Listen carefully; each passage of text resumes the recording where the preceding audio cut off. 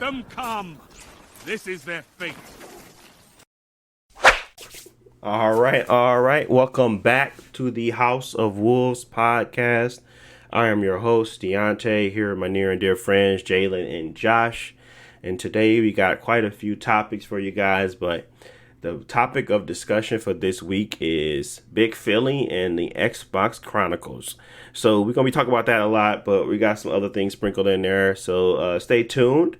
But before we get started, as usual, Jalen, Josh, hope you had your coffee. It's not that early, so you should have had something. How you guys doing? Well, I guess it's early for Josh, but nobody needs to know that. How y'all doing?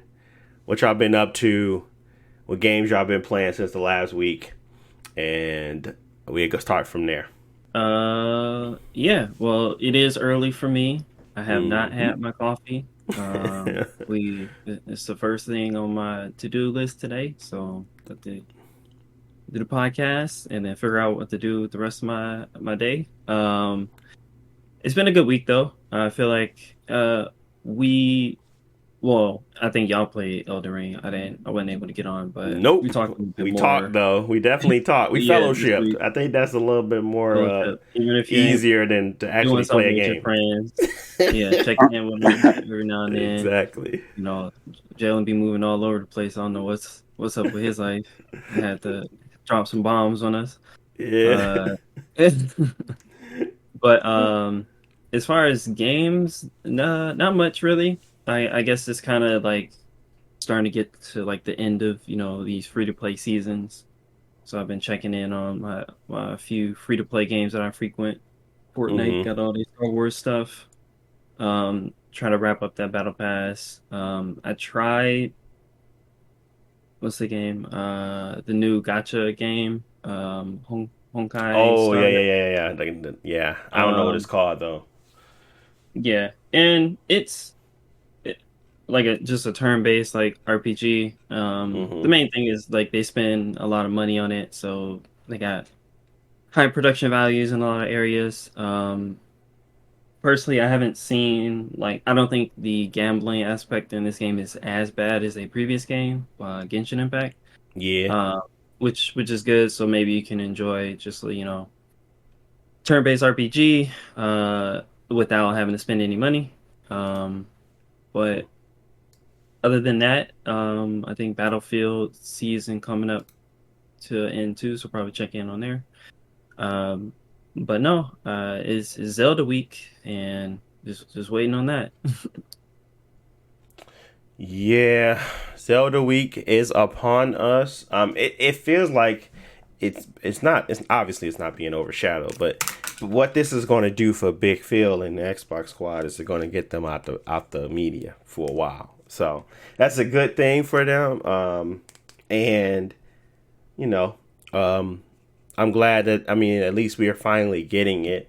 It's been quite a while. It's probably been I think this is the longest time we have waited for a second entry into Zelda on a console, right? This is the longest period it's ever been since 2017 to now, for a Zelda game. So I'm excited. I'm ready for it. I got my pre-order, so I'm happy about that. And that's something that I'm going to be obviously playing all next week.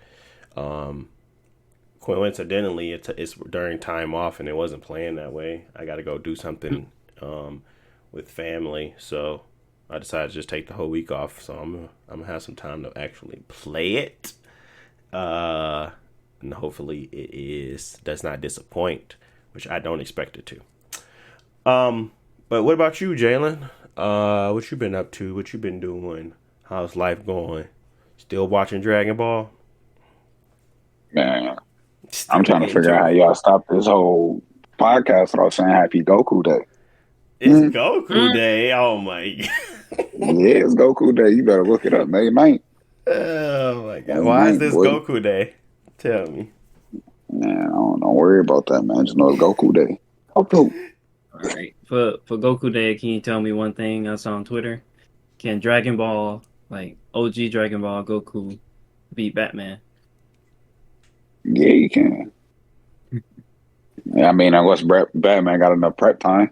That man can do anything. He undefeatable, apparently. Yeah, he just needs some prep time and he up. So, But but Listen, all right, I Goku guess happy Day is Goku an Day. event What you doing for Goku Day, registered Jalen? by the Japan Anniversary Association since 2015. Yes, Hmm? there is an organization that keeps track of anniversaries in Japan. So why May 9th? The date and numbers 5 and 9 may not say anything at first glance, but the fact is that these numbers in Japanese read Go and Ku, respectively. How imaginative. Goku Day, bro. Told This you. person who wrote this sassy. All right. Okay, Goku Day. Wow. Goku Day. So what is that going to do for us in particular? Y'all gonna say Happy Goku Day? Man, happy Goku Day for all the people out there that enjoy Goku to the extreme. And not even those that just partly idolize him. He's a cool guy, but yeah, Goku Day. That's interesting.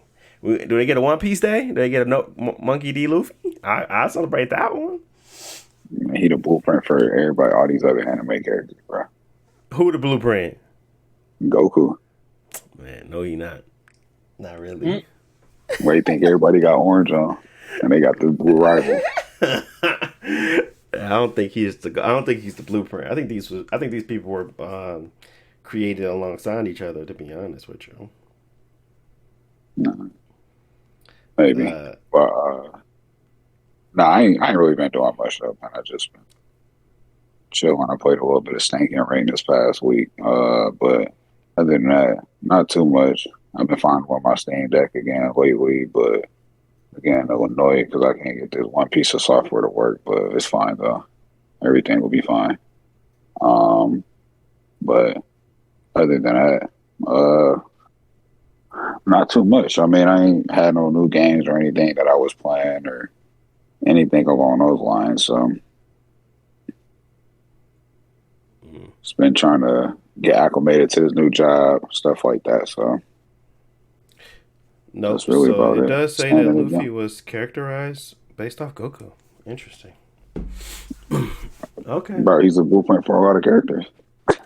I don't. Yeah, I mean, I'm not saying that Goku isn't a great character, but yeah, that is that's interesting to know. I thought they were kind of like in along the side, but it seemed like the creator of One Piece actually was a big fan of Dragon Ball Son Goku. Yeah, so Yeah, he's not the best character. Obviously, some characters took him as a base and then made him better and stuff like that. Because Goku, not the, but he's still an OG. So for sure.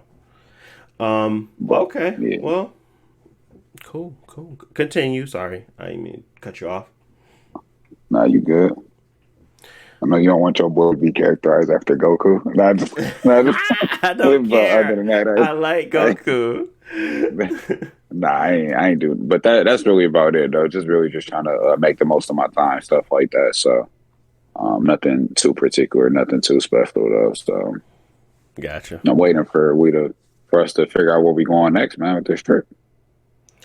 Yeah, I'm trying to figure out the same thing. Unfortunately, it's very exhausting doing so with 2 children to feed and take care of on the day to day.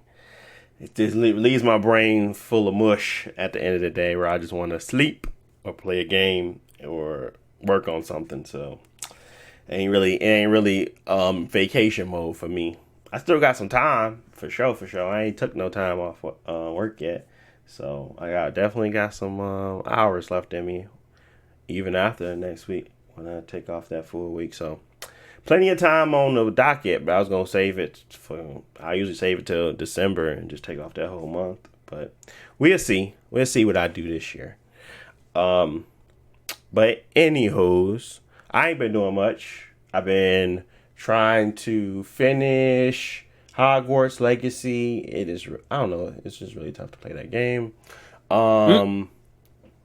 I've been trying to I just started Jedi Survivor. I haven't really got too much into it yet because I still got other stuff I'm playing. So And I just really been trying to clean up my Steam Deck a lot, like trying to make sure it's compatible with everything. I'm really loving the Steam OS and just getting all the streaming all my video games from my PC.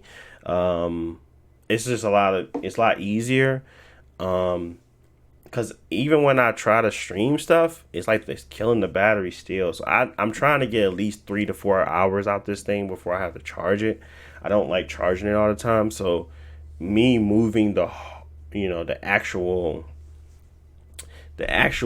specs and mechanics and running the game on the system off of it has helped a lot.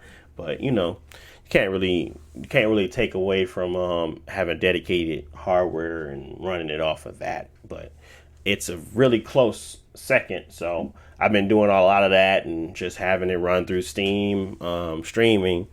And, they make it very compatible, very easy. So I just been going through, making sure everything is right, making sure all my programs are working correctly and pulling in the controllers. And I really I have fun tinkering with this thing all the time. So I'm always trying to figure something out. So it's cool that way to me, but it may not be for everybody. But that's what I like to do. But I don't mess with the battery stuff. I just keep my charger with me.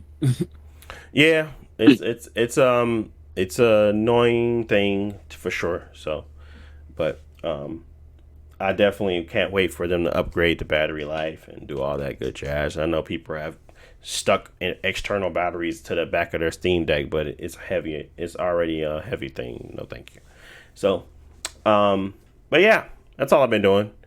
But let's get into this stuff because it's a lot of stuff, and I want to touch on everything, and I don't want to have us miss something or run out of time. So let's start with the things that are a little bit smaller and don't have too many parts to it. The thing I saw recently was Nintendo Switch sales were down. They fell again. Basically, they were expected to hit a certain mark, and I think they came in well below that. I believe it was...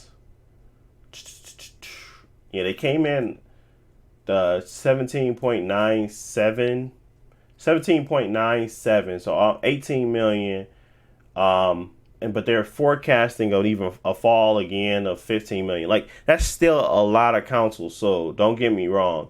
I'm talking going from peak 2020 to 2021, 28, almost 29 million units. Then going from 21 to 2022, 23, and then coming into 2023, 17 or 18, and then maybe next year going to 15.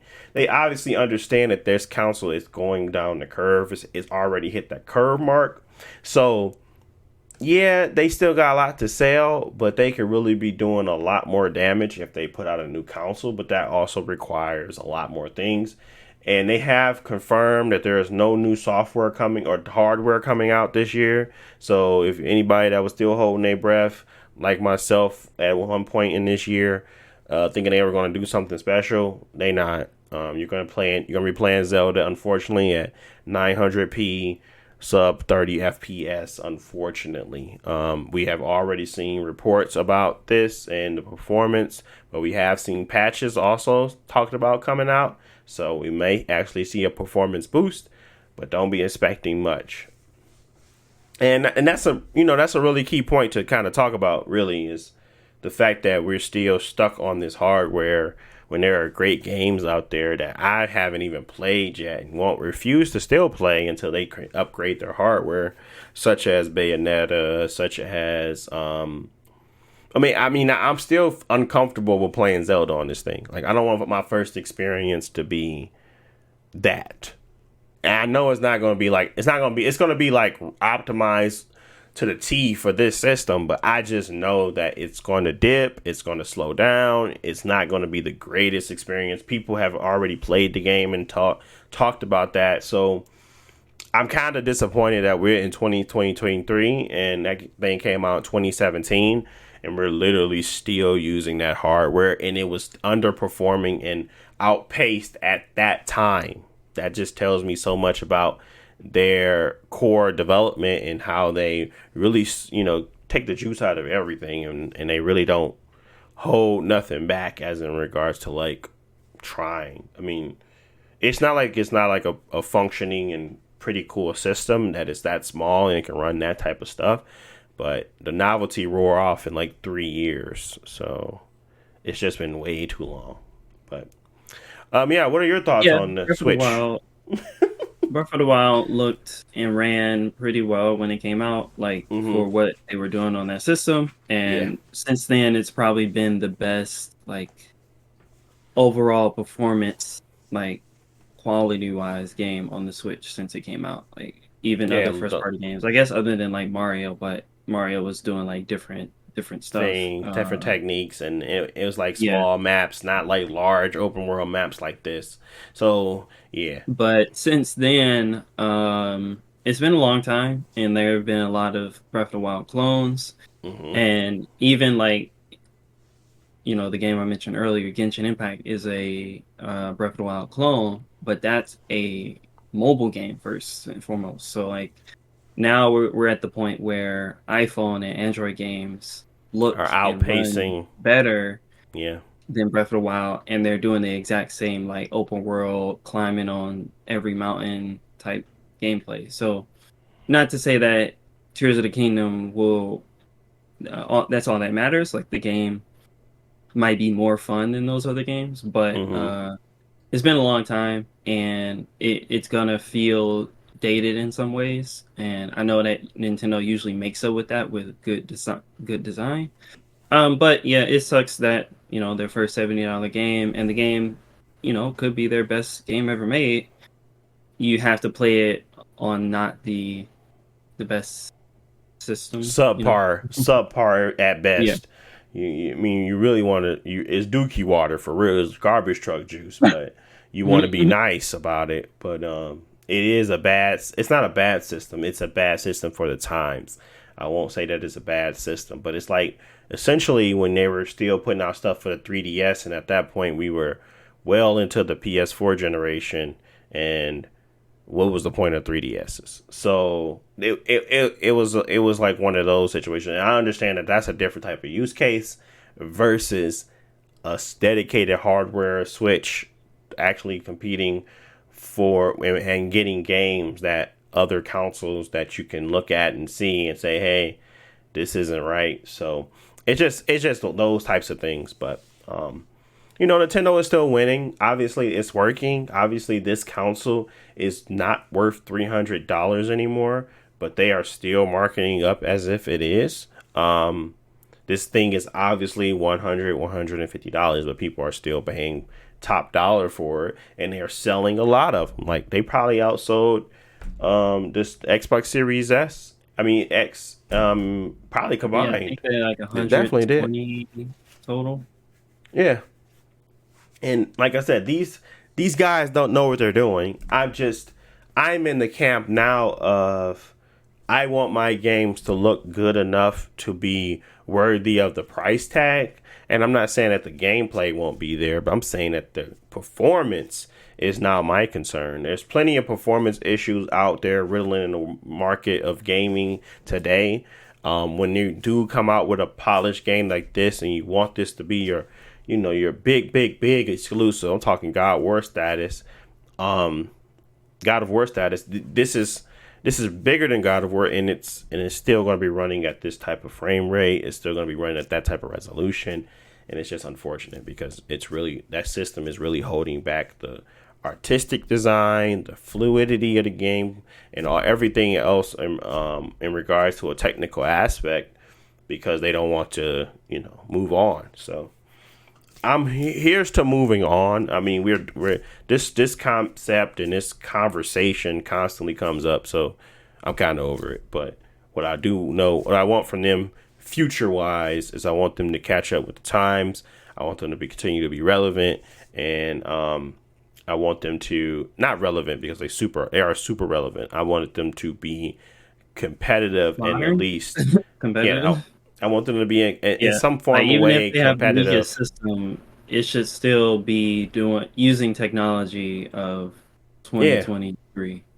Like my understanding is that when they come out with their next system, it's probably going to be at the level of a Steam Deck, and we're going to probably be on the second iteration of the Steam Deck. So it's probably going to come out with subpar hardware already out the gate, and it's probably not going to do as much as new other iterations. So then it's going to be a problem again.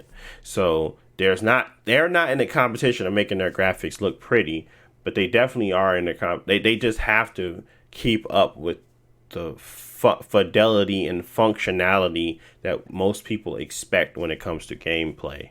And it's kind of worrisome that they are already this far behind and they're still putting out flagship games.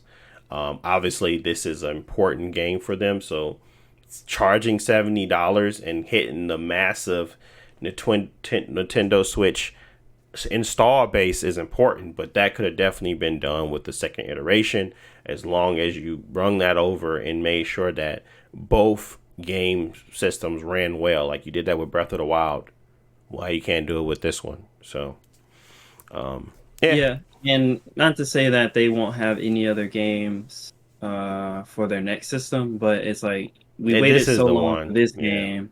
Yeah, we waited so long for this game, and whatever, let's say the next system come out in 2 years, you're not gonna have another Zelda game in 2 years. So it's like, why not just like put them out together? They finna re-release it. They banking on. I mean, yeah, that's probably gonna be it. Like, you can play Switch games at a higher performance, but that's not as exciting as like this is the very first time you getting to touch this game at all. Even they can still bank money off of the upgrade. And I mean, it could be they could be that crappy and say this isn't going to be able to run it's not going to be compatible with the Switch version. You might have to buy the Switch 2 version. They could be really crappy in that regard, but I highly doubt. Well, never mind. I'm done giving people.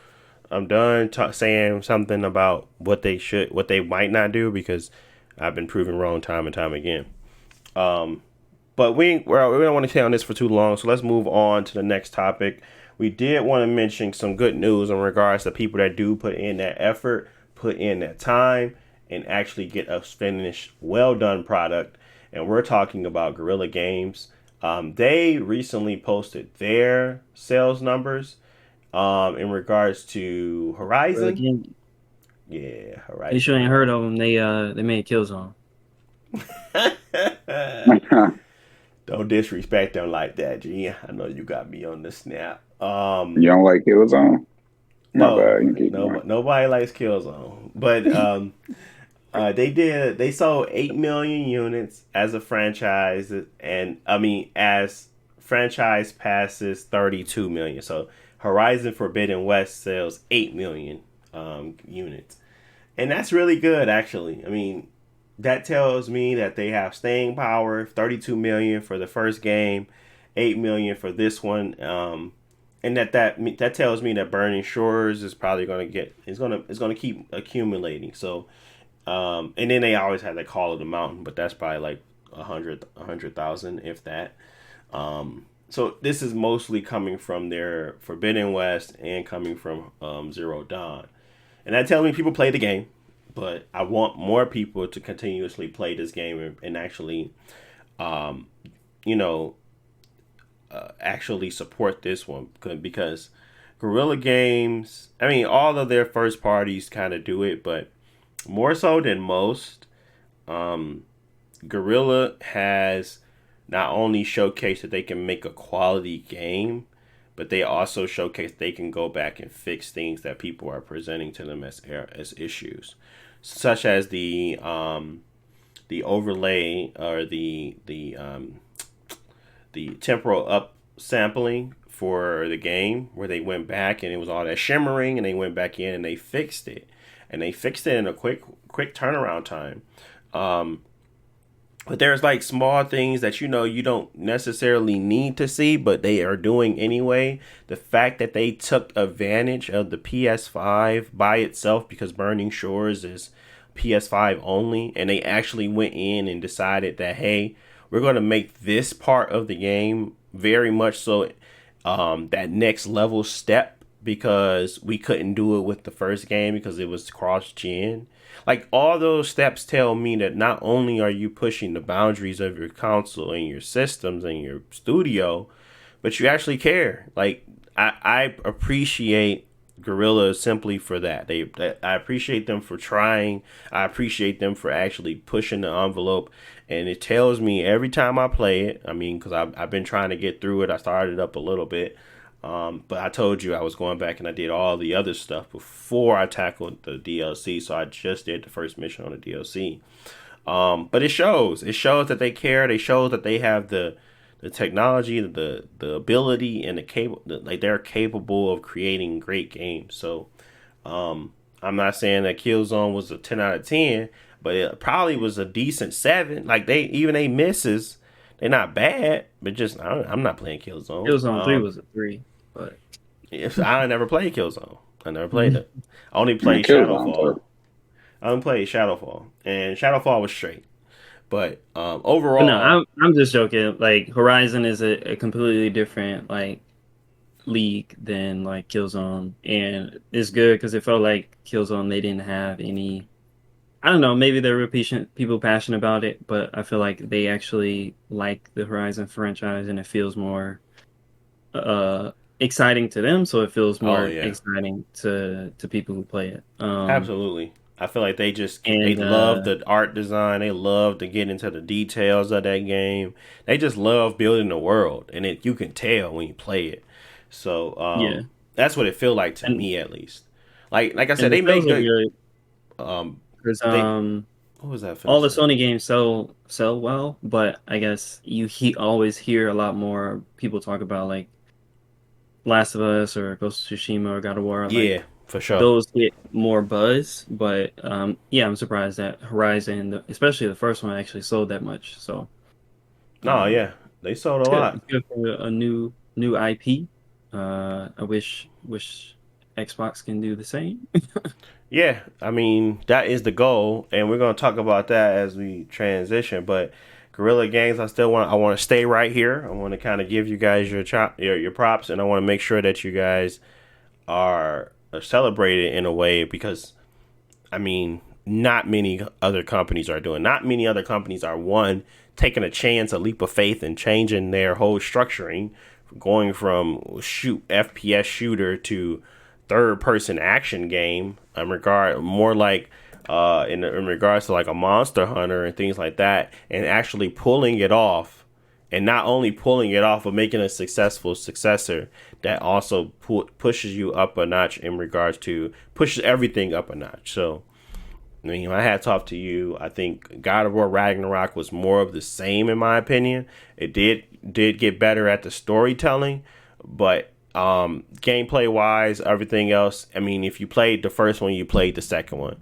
If you played the second Horizon and you played the first one, you definitely feel a distinct difference in the combat, the fluidity, the amount of things just happening.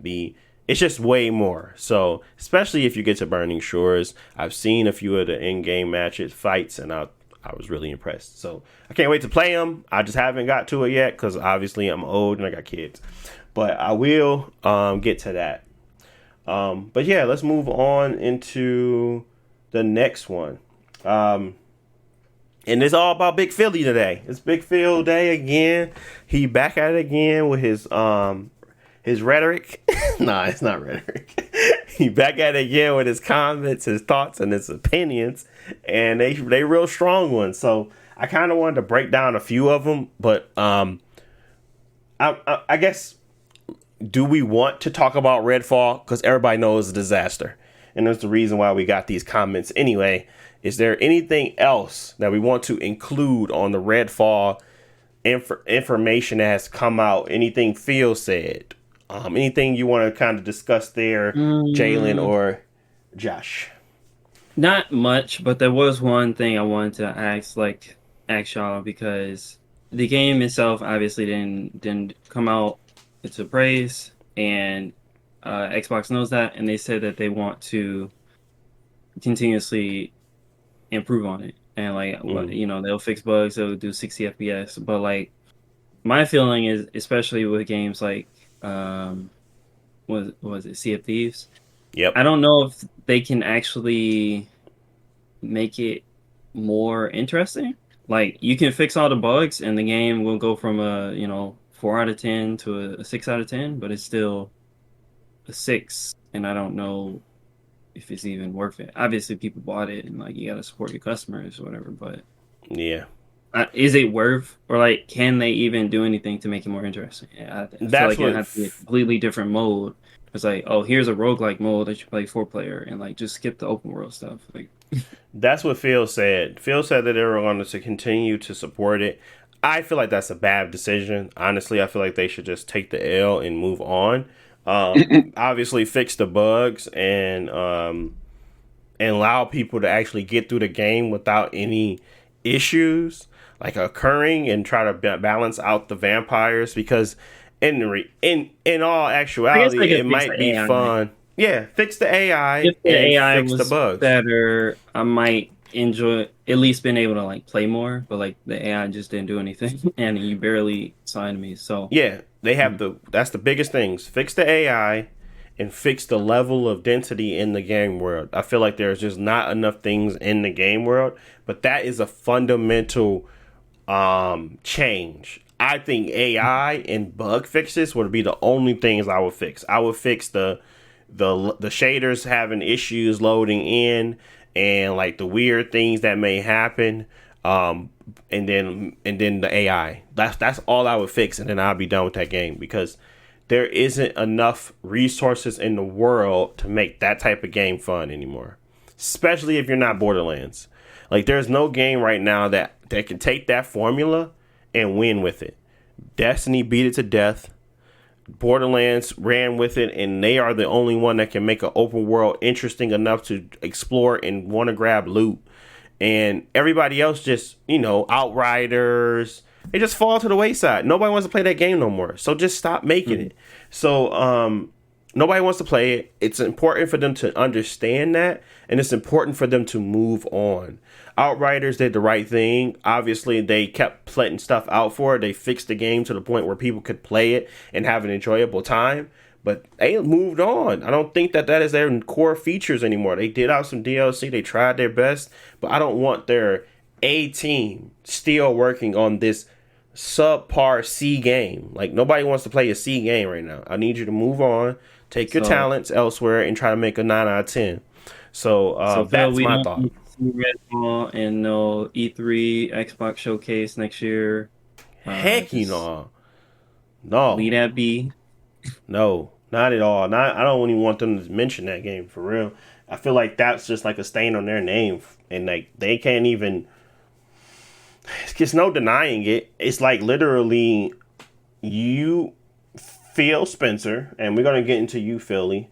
You decided that this will be the first game that comes out the Bethesda camp that you backing, and is going to be an exclusive to Xbox.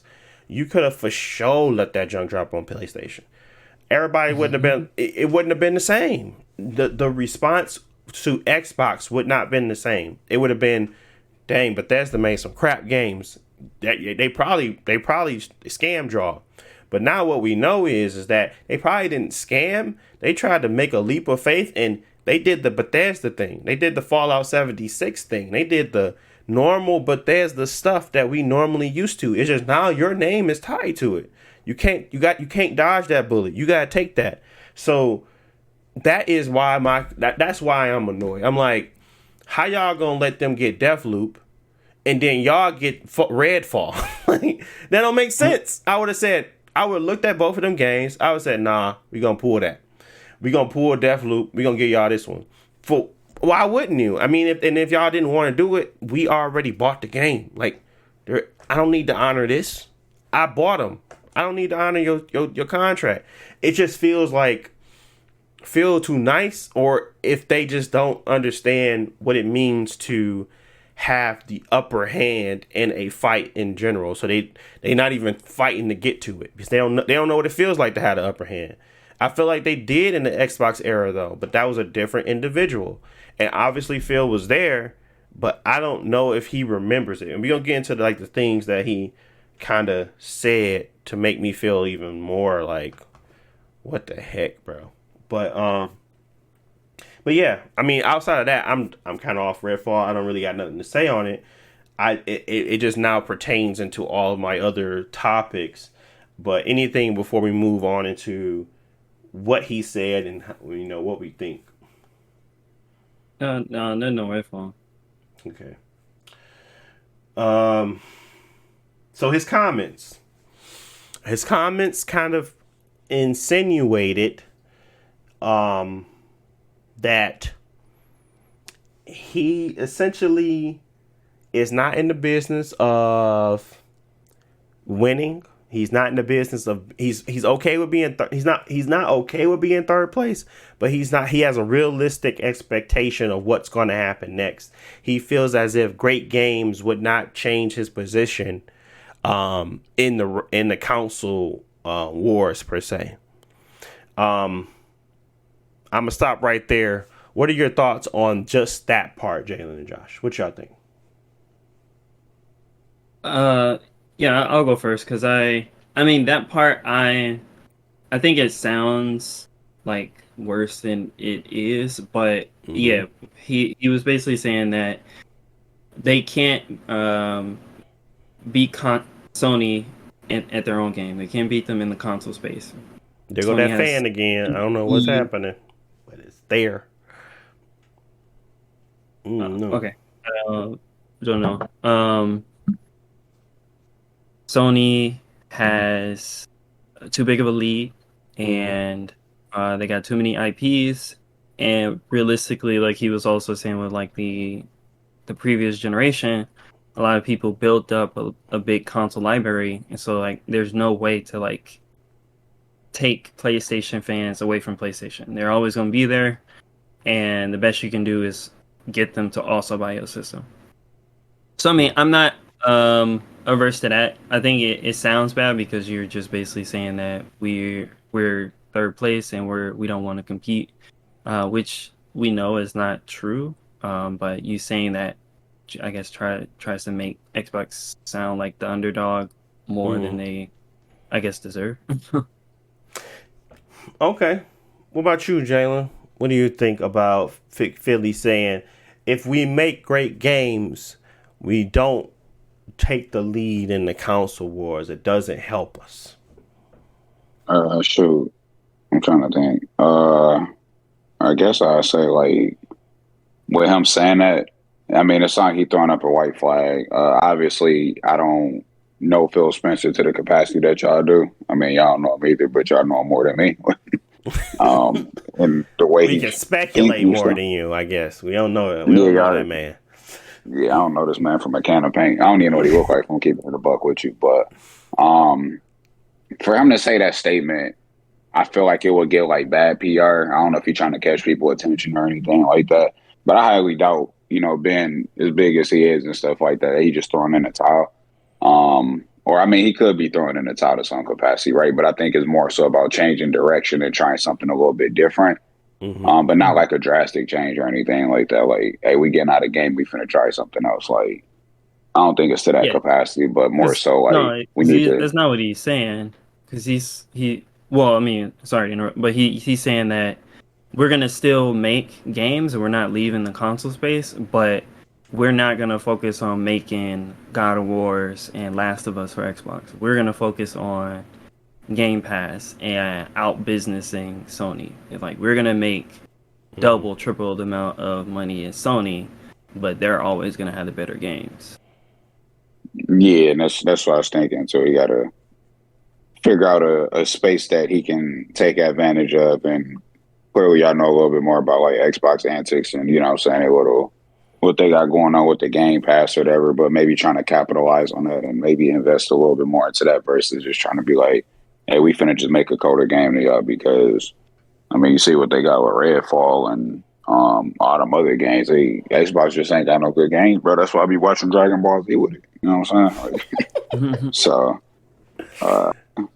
yeah. But that's what I got out of it. I just thought the fact that he made that statement again is still like, I don't want to say it's cliche. It's just, I don't know if you're just trying to catch a headline or something like that, like it's a PR type stunt or whatever. But, if some sort of gaming news got to me, y'all know it was a little bit deeper in there if it got to me. So, or a little bit more superficial. So, yeah. I feel like that was a statement for the regulators. I mean, it's fine to not think that your great games can make you outpace the other consoles, because if you continuously make great games and do so, that it's fine to think that way. I just don't think that's his reality. I think his reality is that he can make great games, and that he more than likely will overtake the number 2 and number 1, maybe in a more strategic way, but the great games will help. But it's not in his best interest, in my opinion, to come out and flat say, if we continue down our path that we have these great games coming out, I see a future where we will be a dominant and we will be able to continue our pursuit of world domination, because it just doesn't make any sense. Right now, he is in the keep your head low, let us be felt like the third place. We trying to get even more games on our side. We want to make sure our presence is known wherever we go. And it's not in his best interest to kind of say, yeah, right now we got a bunch of games coming out. We got a bunch of things coming up. And as those games come out, I see myself and I see our team really showcasing what we can do best and how we are going to be able to use that momentum and continue to move forward. So he's already built the momentum. This was a this is like a hard step on, or at least a very much so a back step. But honestly, it could have been strategic. I don't see another reason. Not saying that Redfall, it was crappy because they wanted to tank it so that they look better in the regulators' eyes, as if they can't make great games. It's still Bethesda, but maybe they want to diminish the value of Bethesda at this point. I don't know. I'm all speculative. But what I do know is business, and business can be convoluted and gray. It does not have to be black and white. They don't have to put out a good game. They don't have to try that hard. They could devalue themselves just to try to get things done. There's been plenty of times, there's plenty of people that depreciate things over and the accelerated depreciation so they can make their income look bad, but they don't pay no taxes. So there's plenty of times where things happen and stuff happens where they try to, manipulate the system. But I'm not saying that this is something, this guy like Power Phil Spencer has to know the future. He doesn't know that they're going to be denied and Redfall was going to be, bad. So it's not like he had this divine intervention. It was more so they could possibly not cared. They just was like, we got other things in the brew.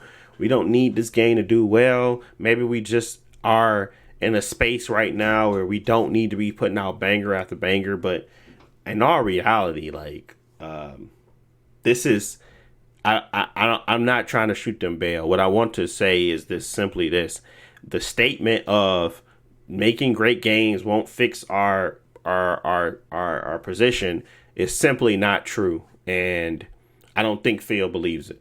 So that's my take. Anything to add? Yeah, he better not say nothing about we coming out with great games, because that statement would have that irritated me. I ain't even gonna lie to you. Who spends $80 billion to be second place? Who spends that amount of money? Like, that doesn't make any sense. I just don't see it being the truth.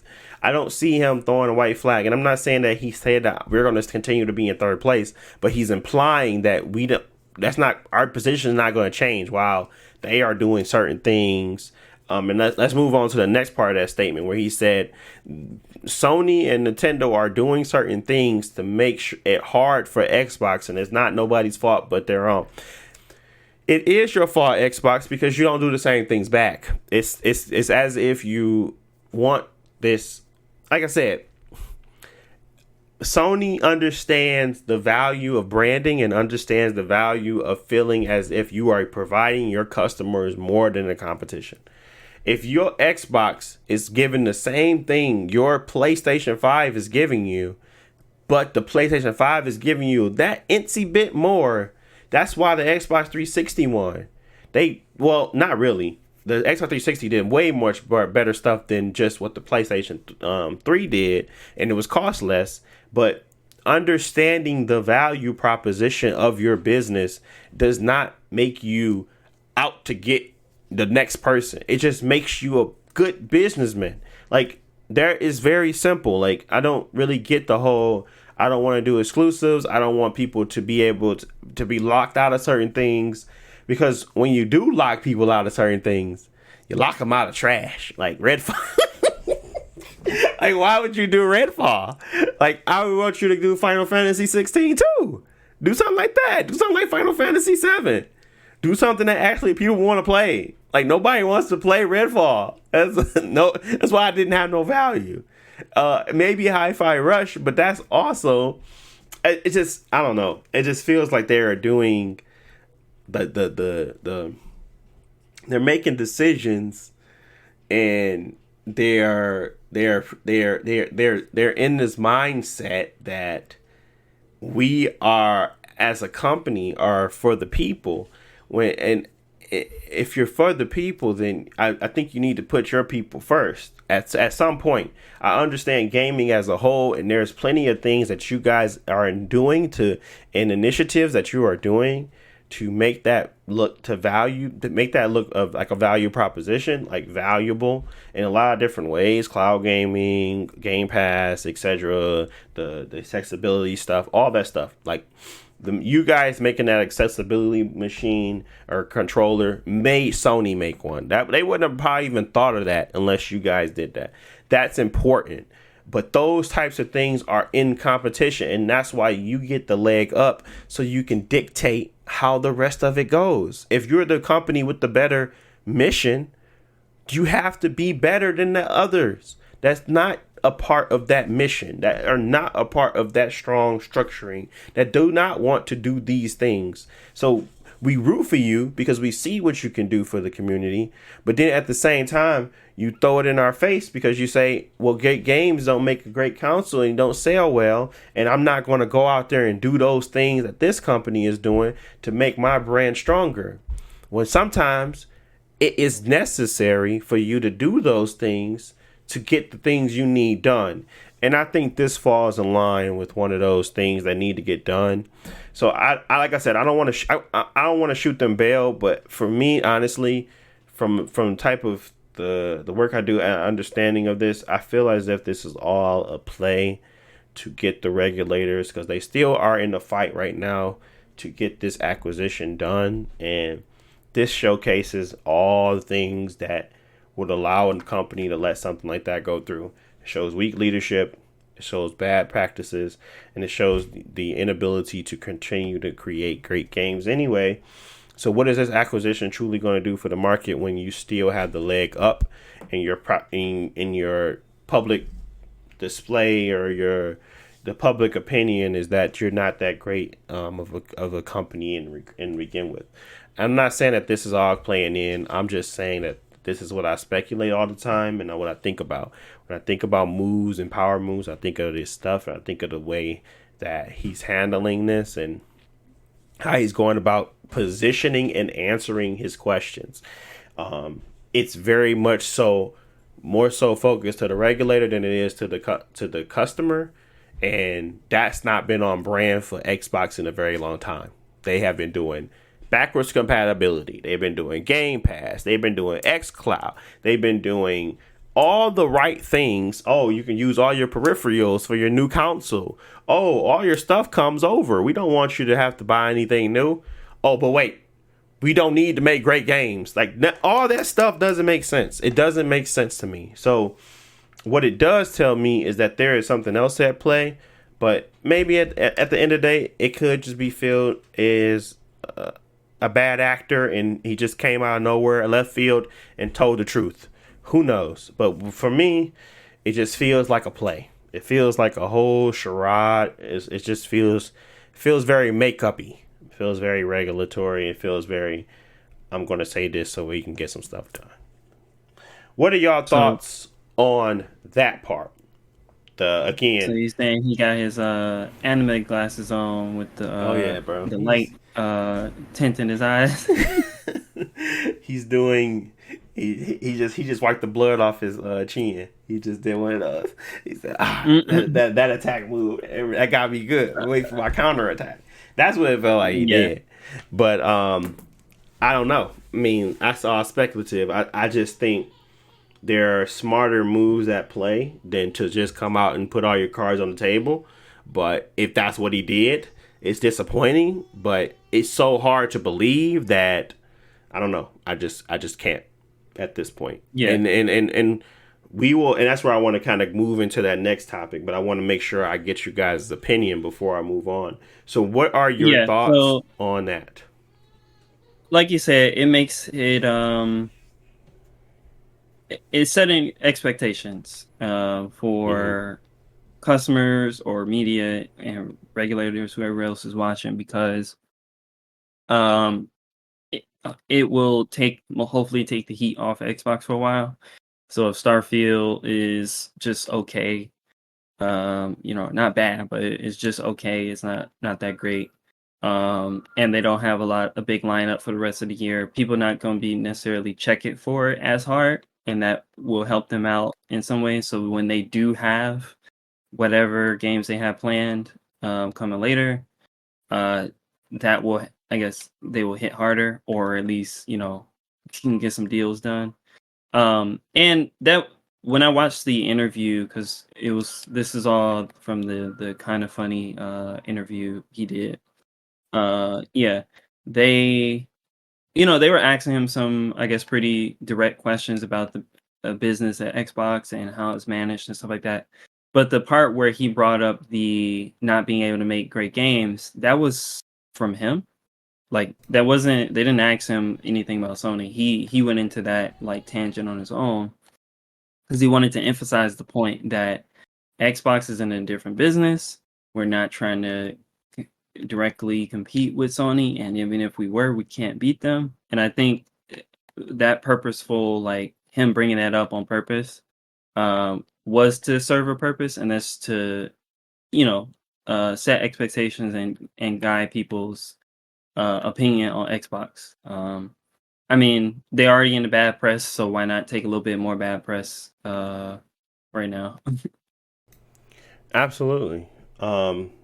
And yeah, I mean, I'm just anything to add, Jalen? Nah, yeah, I kind of reiterate everything. Good. So moving on, I wanted to kind of get on to the positive of what he was kind of talking about. Obviously, he had a lot of things to say, but one of the big things that stood out to me is that he really doesn't want to keep talking about good games. He wants to showcase and get them in our hands and talk to them. And he said it really doesn't matter until you guys are actually playing great games. So the showcase was announced. He didn't go too much detail about it, and he didn't want to explain. He didn't even want to kind of mention about Starfield. He just said that they were going to, obviously, they came in a lot earlier than Redfall to get Starfield's production and development, so that they were going to be able to assist them with all the tools and things like that come along with the Coalition and Playground Games and all those good people that know how to make a good game. My thoughts around the showcase are simple. They don't have much pressure right now. I don't think so. You know why I don't think they have pressure? Is because simply Starfield is the only thing that matters. The showcase doesn't matter at all because there literally isn't going to be shadow dropping any games. Nobody cares to see what's coming up next because we really right now they're in the moment of now. So really the showcase is just going to be there. It might get some people excited, but it's not going to get a lot of people because they are not in this case of we need to see what's happening next to feel fulfilled. It's like we need to see what's going to happen tomorrow. So if you're not putting out a game on that day, I think it's a moot point. The showcase might be exciting to watch and see and speculate, but all the speculation has done for us is disappointing.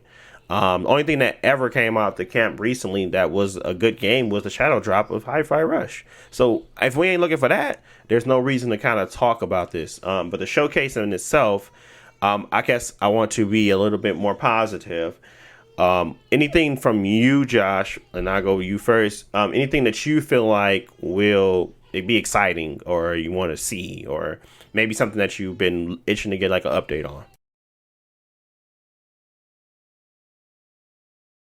Not a particular game. I guess the closest one is like the new Rare game, in which they only got like art of it, and it's like a fantasy style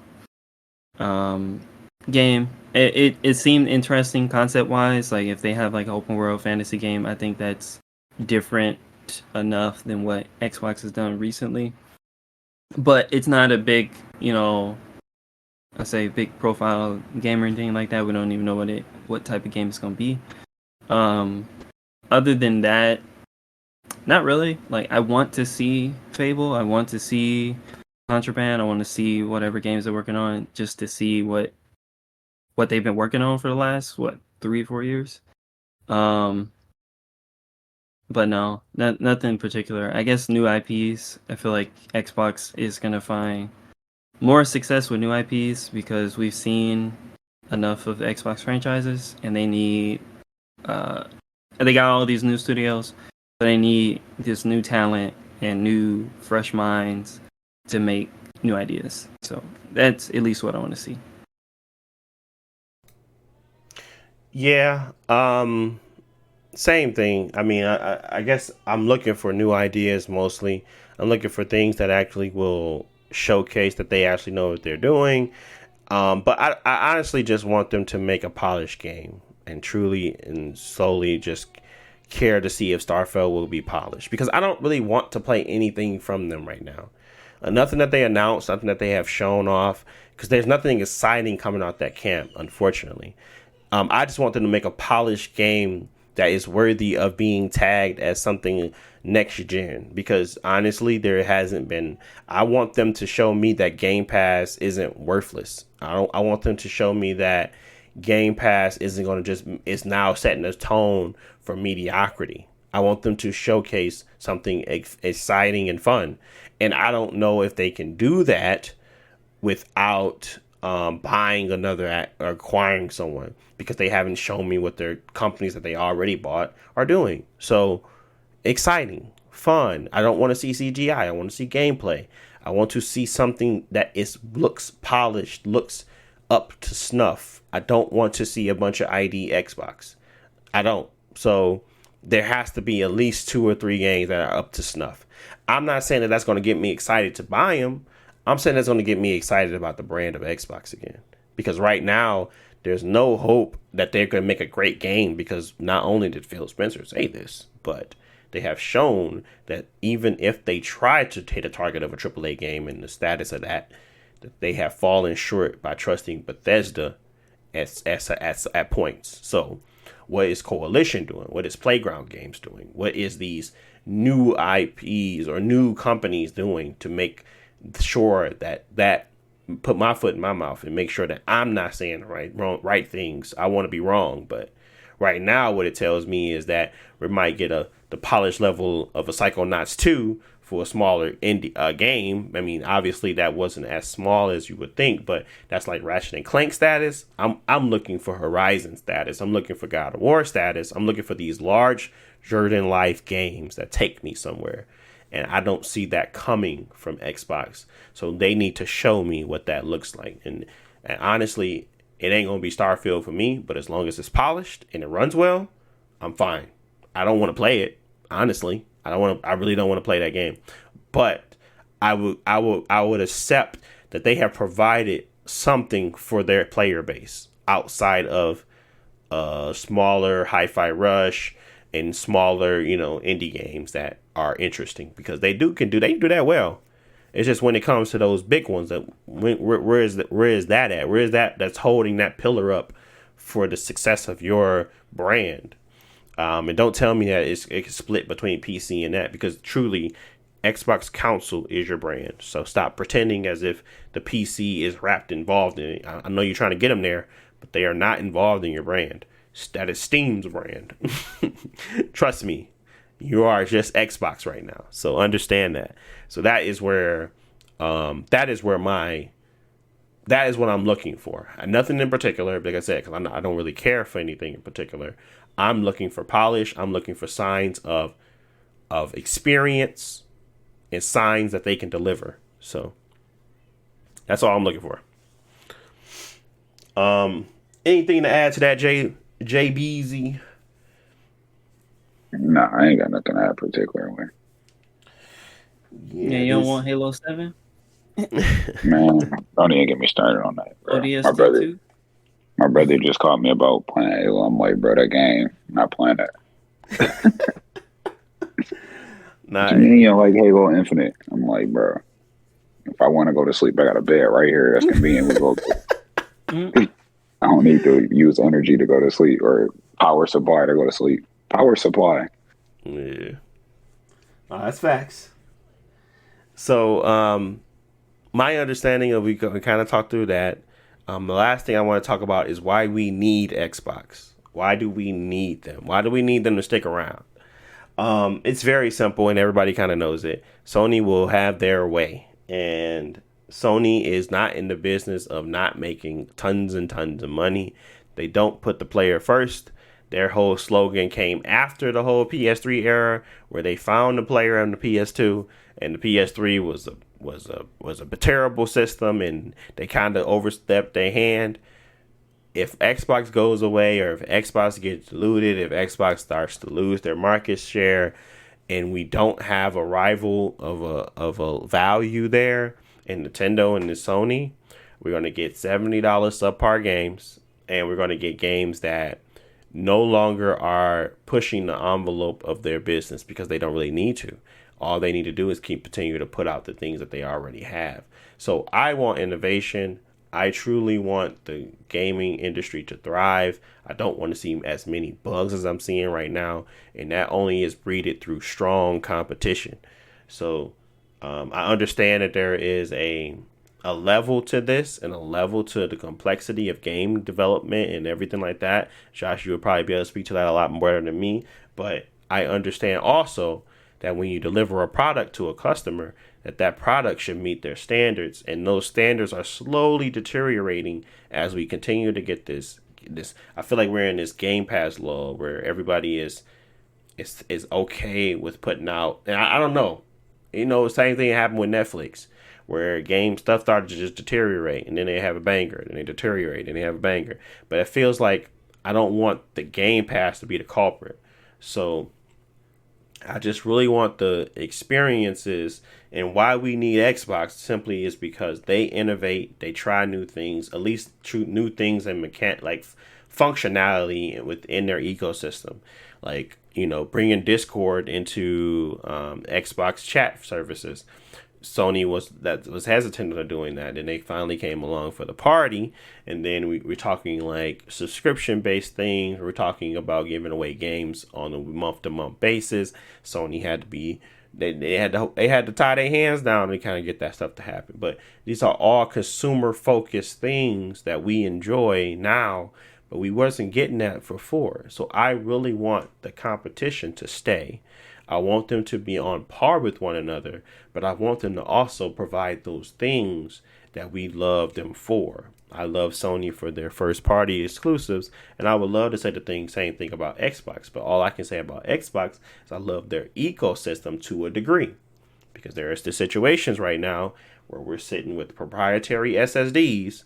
Obviously, they give us more functionality, and they give us the ability to do quick play and quick resume, but I am going to go with the cheaper option on the PS5. So there is competition there. So if Sony and Microsoft was able to get away with that, and they were dominating the console wars, I feel a little annoyed by the fact that I have to pay an extra $100 for proprietary hardware when I can go and find the SSD for cheaper. But understanding that these are features and things like that, I understand their proposition. But I love that I have the choice to not go there too. So I just like competition. I want them to be on par with one another. I don't want them to feel as if one have the upper hand. So that is why I say we need Xbox. Anything you can think of different than that, or anything you want to add to that, Josh? Yeah, but it all comes down to competition. When you think back to the Xbox 360 and PS3, it's um, just a good example of how much the industry changed just from Xbox's innovation with because they had a completely different focus than the PS3, and it paid off, and it's a lot better. And if Xbox was not around, for example, and it was just Sony and PlayStation, then we would never see that type of innovation again. And I still think that Xbox can still provide unique experiences. It might not be from Xbox Game Studios necessarily, but there are some games that come out on Xbox that are exclusive, or it's a smaller team and it just comes out on that system. So I mean, so no matter what, even if they're never number one or even number two, I'll always be at least checking for Xbox. The problem is that these consoles are so expensive and stuff like that. So it's like if you're not really invested in their brand and what the stuff that they're making, then it doesn't make sense to as a good purchase for you. But yeah, I mean, at the end of the day, I'm happy with my Xbox. I don't play it every day. Like I have a PC to play games on, but when I do play on the Xbox, I enjoy the system. And the PS5 is going to offer me unique games and stuff like that. But I still don't see Sony ever being in a position where they're going to make me happy as a customer, because I feel like there's just so many decisions with the console, and like upgrade pass, you got to pay extra $10 for Horizon if you want the PS4 to PS5 upgrade and stuff like that. It's just really annoying as a customer that I would rather not even think about. So let me ask you this, because what's the word? I echo that. I think it's good that Xbox around. I think it provides some checks and balances to some capacity, especially since like Xbox. What's the word? I'm trying not to sound like not stereotypical or anything like that or discriminate, but their business practices is a little bit less traditional when compared to like Sony or Nintendo. I feel like Sony's kind of in the middle of what Xbox and what Nintendo is, but I kind of feel like as time went on, so Sony kind of deviated towards like Nintendo a little bit as far as like, you know, how they want to conduct things and stuff, like whatever we say go, we doing this, that, and the third. So I think Xbox helped kind of provide that balance, especially how Deontay mentioned that, you know, I forgot whatever their slogan was, but basically they was coming for throats when it was like, this how you share your game or whatever. So, Yeah. but do you said Sony irritates you a little bit, or basically you don't really agree with it, kind of, you know what I'm saying, to some capacity, but and they make you upset as a consumer sometimes. Do you feel that same way with Nintendo? Because I feel like they're real similar to each other at this point. They are, but well, y'all might agree, but I play Nintendo games so few and far between, that it bothers me less. Or I'll say not play Nintendo games less, because like there was a time where I played mostly Nintendo games. But the amount of time that I spend on the console or in Nintendo's ecosystem and their lack of features, it kind of makes it by default less frustration, because they don't have party chat. It's like, you don't have party chat, so I can't be frustrated with party chat. You don't have a refund system, so I can't be frustrated with your refund system or something like that. Whereas like playing Destiny every day on the PlayStation, like I'm there in the ecosystem. I'm trying to buy the brand new games to play it on my PlayStation. And like, you know, on the PS4, it's just like small frustrations, which was just how the system was built, but like the extra 30 minutes it take to copy a game for no reason and stuff like that. So I got more familiar with it. All that stuff now, like they fixed, and the systems have improved, but there's always like different business decisions that come out from Sony for the PS5. That's just like, why would you do that other than just to like get a couple extra dollars out of people? Like they took like, did they already take the games off, or they're taking off a bunch of first party games off of PlayStation Plus, whereas like they put, you know, all their first party games like Last of Us and God of War, Horizon, you can play them on PlayStation Plus, which is cool because that's why people play your system, and that's a big benefit to PlayStation Plus players. Gives me a lot of value. But now you're going to take it away arbitrarily, and who does that benefit? Like, are you actually saving any money off that? Because like Deontay already said, Horizon 1 has 30 something million sales. Taking it off of PlayStation Plus, is that going to get you another 30 million sales? No. So why are you hurting your subscribers? And I mean, you know, that's just like a business thing. Obviously, games leave Game Pass all the time, but those are third-party games. Xbox has already committed to every first-party game or Xbox published game is Game Pass day one, and it never leaves Game Pass. And so, like, that, even if the games aren't as good as Sony games, like, that approach to being more pro-consumer is, I guess, what I like about Xbox. I wish that all of their business practice, I wish that everything they did was good, but, you know, that's the best thing I say about them. Like, so far especially because the $70 thing, like, they just released a first $70 first party game, and it's like, before this, generation even started, they were like, oh, we're not gonna force our developers to raise the price to $70. It's their choice. Whereas like PlayStation was like, no, all games on PlayStation 5 are $70.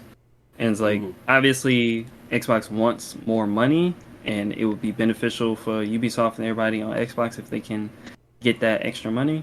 But them not forcing a $10 price raise for no reason, I value. Because I still haven't bought a $70 game, and I don't know when I will. So, No, I mean, I get that.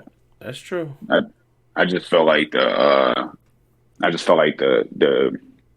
I mean, no, yeah, like I said, oh like yeah, they're getting a and little bit more Nintendo's the closer to worst. Nintendo, and they All that rigid. we said, Nintendo's the worst, and Sony's just getting more and more like Nintendo over time. Well, with some things, and that's just what I didn't like.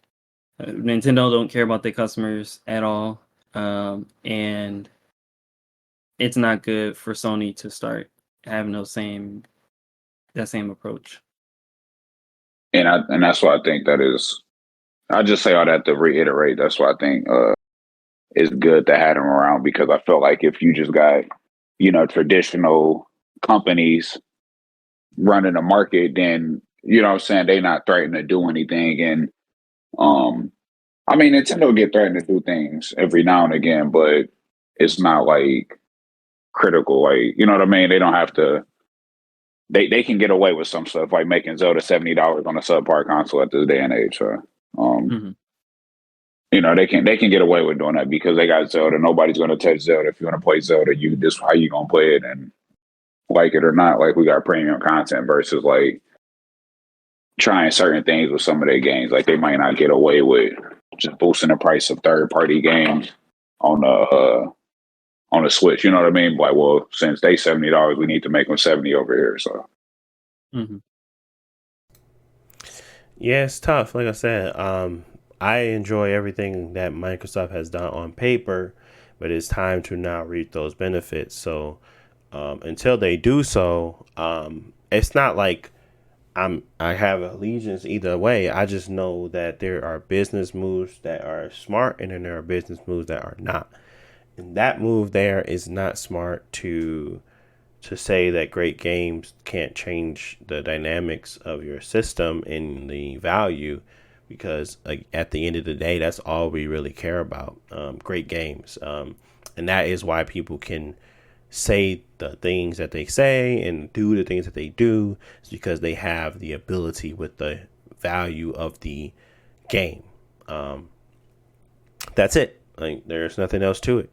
If everything can do the same thing, the only thing that separates the two is the games. And if the games there are better than the games there, then it's 9 out of 10. I'm going to buy the games there. So It's just like, very simple, but understanding that they're in the middle of a battle, and it's probably not advantageous for them to kind of tell the real. But this is, to me, feels like a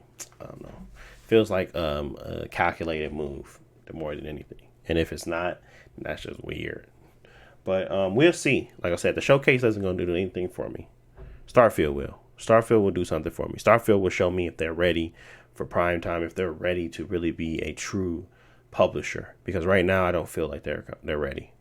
I feel like they're very much so lacking in a lot of the checks and balances, and it's going to be like that for at least another 2 years before they really can truly get it down packed. And it may be a different person, honestly. I mean, hold them people to the fire and kind of get them to turn out those good games, but you don't want to do that. You don't want to be that type of employee, and you don't want to be that employee, nor do you want to be that CEO. So I don't know if this lack of hands-on approach is going to work for them in the future, but we know it didn't work for Redfall. So we'll see how they adjust and we'll see how they change. But we're looking for the games. That's simple as that. There's no other way to put it. So, but that's pretty much it. I don't want to continue to go. I wanted to make sure this was concise and short, and I don't want to fill too much space with air. So, if there's anything else that you guys want to mention, say it right now. All right, we're going to move on to the last thing, and which is saying goodbye. I appreciate you guys listening. We have any other topics for you. We're going to be here again next week with more topics, more things to say, and more things to talk about. So if you enjoy this, don't forget to like it. Don't forget to share it. Don't forget to listen on the way through, download it, whatever you guys to do to get us up closer to the top. That would be great. But outside of that, I want to thank you guys for listening, and we will talk to you all next week. Peace.